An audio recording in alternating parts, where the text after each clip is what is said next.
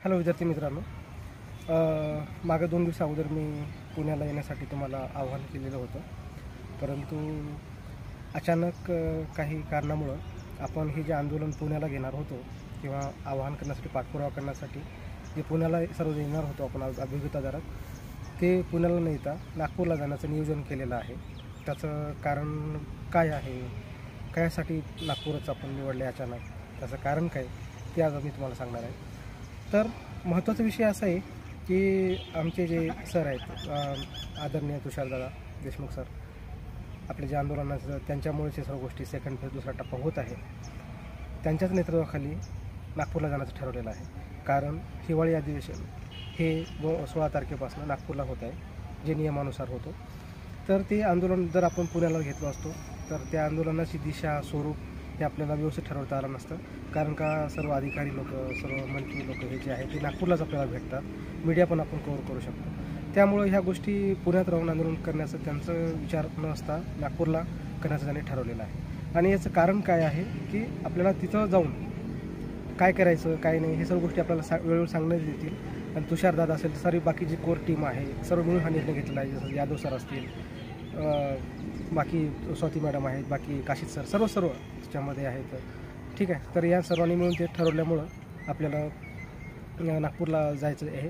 तर 18 तारखेपासून आपण पाठपुराव्याला जाणार आहोत। वेळ अशी तुषार सर असं सांगतात की आपण पाठपुरावा असा करू की आपल्याला आंदोलन करण्याची वेळच येऊ नये, त्यासाठी आपण सर्व संख्येने नागपूरला यावं अशी मी तुम्हाला सर्वांना विनंती करतो।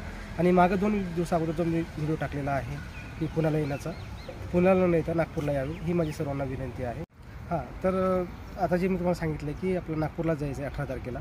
आणि आता हे येण्यासाठी आपण काय केलं पाहिजे, तर जे लोक आहेत काही अपर्याय कारण सर्वांनी तर आपण आलंच पाहिजे। मी सर्वांना विनंती करतो की आपण सर्वजण नागपूरला जाऊया 18 तारखेला। आणि हा आपला शेवटचा लढा आहे, याच्यानंतर दुसरं काही आंदोलन होणे ह्याची काही शाश्वती नाही। मागच्या व्हिडिओमध्ये तुम्हाला मी सांगितलेलं आहे काय की समोर स्थानिक स्वराज्य संस्थाचे इलेक्शन लागतील, त्यामुळे आपल्याला वेळ भेटेल याची काही शाश्वती नाही, गॅरंटी नाही आहे। आणि तिसऱ्या टेटसाठी जे 3rd टेट होणार आहे त्याच्यासाठी सर्व लोक पाठपुरावा करत आहेत, क्लासेसवाले असतील, बाकी सर्व असतील, ते लोक ते जर झालं तर मग आपलं काही होणार नाही आहे। त्यामुळं आपल्याला सर्वांना कळकळीची विनंती करतो मी की तुम्ही सर्वांनी नागपूरला 18 तारखेला या, जेणेकरून आपला हा लढा यशस्वी होईल। आणि कारण का ह्या जागा कशा आल्या ते तुम्हाला सर्व मागच्या वेळी सांगितले मी, तुषार सरांचं मेहनत आहे, त्यांची कोर टीमची जी मेहनत आहे, त्यामुळे ह्या घडलेल्या आहेत घटना। आणि ह्या गोष्टी आपल्याला जागा भेटलेल्या आहेत आणि जेणेकरून आपल्याचा फायदा होईल। आणि आता हे येण्यासाठी आपण काय केलं पाहिजे, सर्वांना मी कळकळीची विनंती करतो की तुम्ही ह्या पाठपुराव्याला जे लोक येणार आहेत त्यांच्या काही गोष्टी म्हणजे त्यांच्या काही बेसिक गरजा पूर्ण करण्यासाठी आर्थिक मदत गरजेची आहे। तिथं बाकीच्या गोष्टी लागतातच, त्यासाठी तुम्ही सर्वांना विनंती करतो, आवाहन करतो, विनंती करतो कळकळीची की सर्वांनी आर्थिक मदत, फुल नाही फुलाची पकडी म्हणून काही ना काहीतरी मदत करा। ग्रुपवर त्यांचे तुम्हाला QR कोड भेटतील, सर्व तुम्ही येणार, त्याच्यावर पैसे पाठवा, तुम्ही स्वतः या, हे सर्वांना तुम्हाला विनंती करतो। जेणेकरून कसं आहे माहिती आहे का, हे आपल्याला शेवटचा लढा, ह्याच्यानंतर होणार काही याची शाश्वती नाही आहे। म्हणून आपल्याला सर्वांना लागायचं आहे, आपण सर्व मिळून लागलं पाहिजे, एकही मुलगा याच्यात राहिला नाही पाहिजे।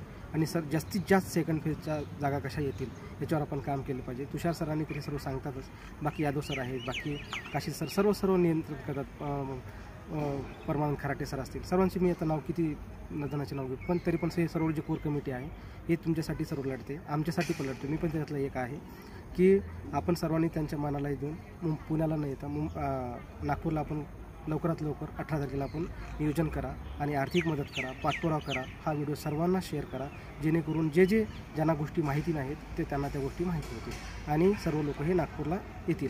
आणि सर्वांना शेअर करा। धन्यवाद।